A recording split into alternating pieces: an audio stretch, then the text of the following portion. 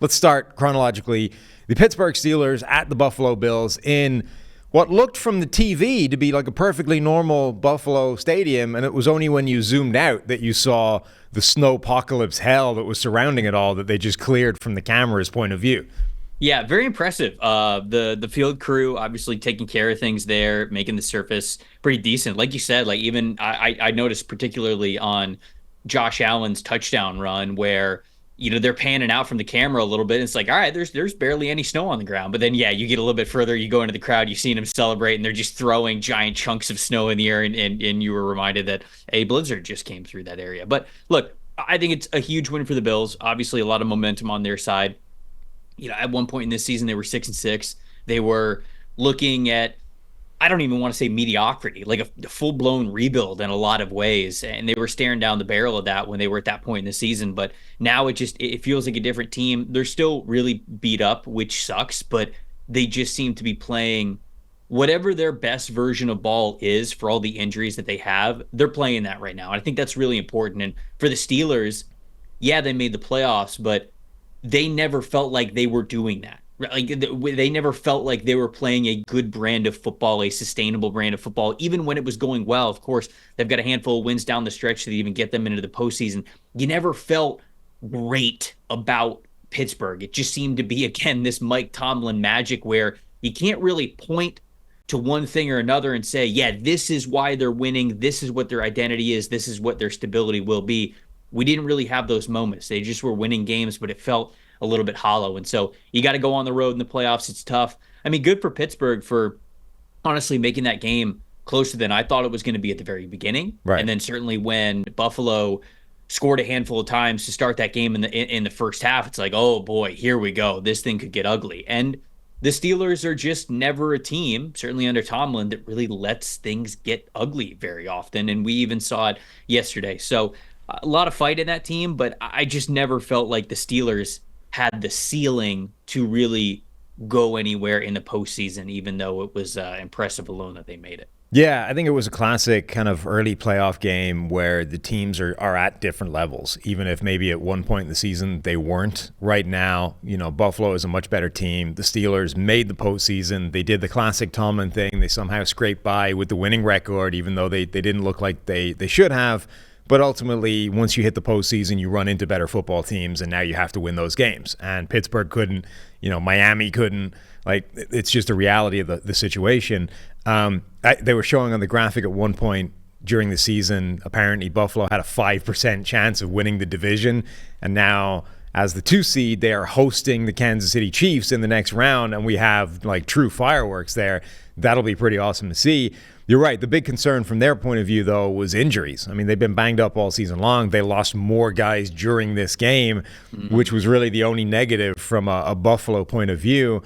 And, I guess depending on how you want to look at it, did feel like this was going to be a conclusive beatdown and they were going to sort of run off into the distance. And it never quite happened. And, the final score, it's not exactly close, but this was at least in jeopardy longer than it looked like it should have been from the way the game started and from the control that Buffalo took of the game. Once they had that kick blocked, things sort of swung back in Pittsburgh's direction for a while, and the Bills never quite stomped the life out of the game.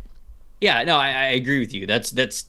I thought you put it a great way when you started your conversation about this. These were just two teams at very different points. Buffalo is going in the right direction. The Steelers were not.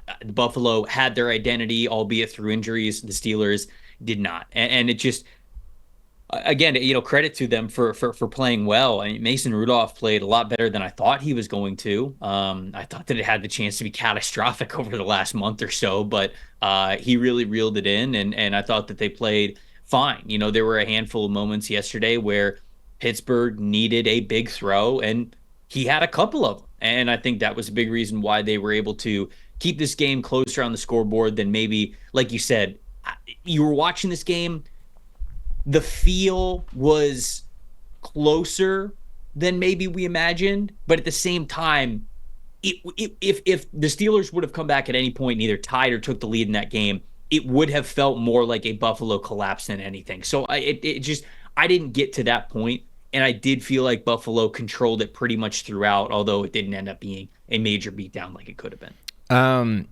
The Josh Allen experience was on full display. It's such a weird, like the endless cycle of the Josh Allen discussion is wild. Like, obviously at the start of his career, you have this incredibly inconsistent, raw quarterback coming out of Wyoming, plays badly, frankly, for the first couple of years of his career, and then it all clicks into place and he becomes this unstoppable Superman.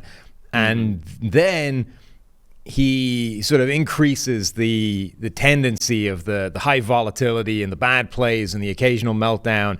So now you have this classic, weird narrative where there's a group of people out there that are like, Josh Allen stinks, terrible quarterback, turns the ball over, leads the league in interceptions, can't have it. He's not elite. He's not a good quarterback. And then you have games like this where you're like, Josh Allen is unstoppable when he's playing well. And, you have the, whatever it was, 52-yard run where he just carves through the entire Pittsburgh back seven as if it was nothing. You had a play where Patrick Peterson was completely unblocked in a corner blitz, and Allen didn't see him until the very last second and didn't get taken down, like just shrugged out of it. And it was one of these sort of incredible split-second instinctive things that was also quite intricate. Like, he didn't just sort of turn, and Peterson bounced off him. He saw it coming, turned, shifted the ball into his other hand so that he could let go with this arm, and Peterson just grasped an arm that didn't do anything and then took off and gained 8 yards. And of course, actually throwing the ball, had some great throws in there as well.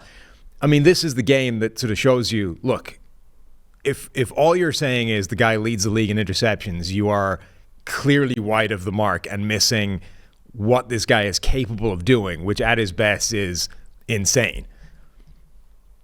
Josh Allen, to me, is the highest tier of NFL quarterback play before you get into that just unthinkable levels of sustained success, right? I think of Patrick Mahomes, I think of Tom Brady.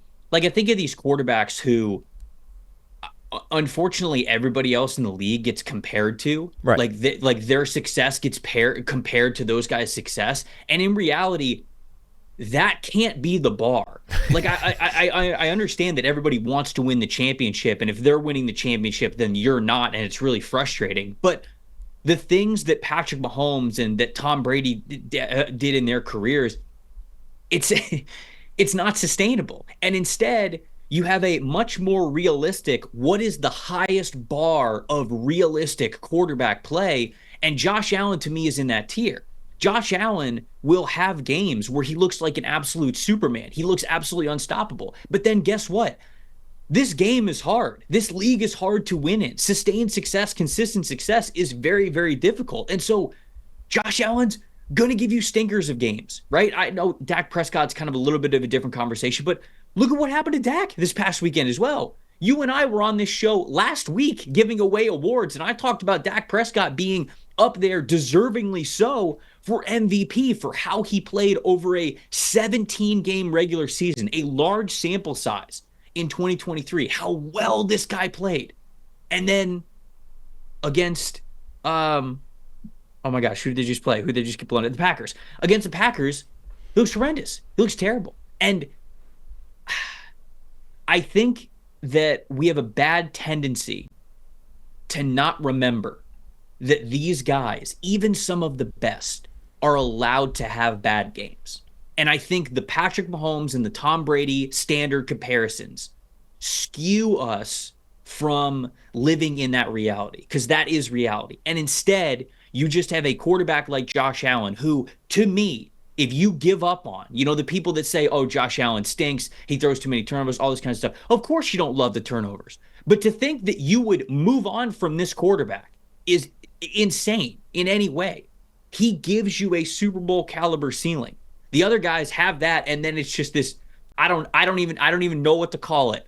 Luck, blessing from God, whatever it is, which has just taken that and then sustained the success for so much longer. And those guys are a rarity. But my point is, the Josh Allen conversation is always frustrating to me because, like many other quarterbacks, it's as if we don't allow them to have bad games. And it's as if those few bad games outweigh the talent and production and potential that they have on a play-by-play basis. And I think this past weekend, you got reminded of the type of caliber of quarterback that Josh Allen is and why it's in that tier one of like realistic what you can expect from quarterbacks.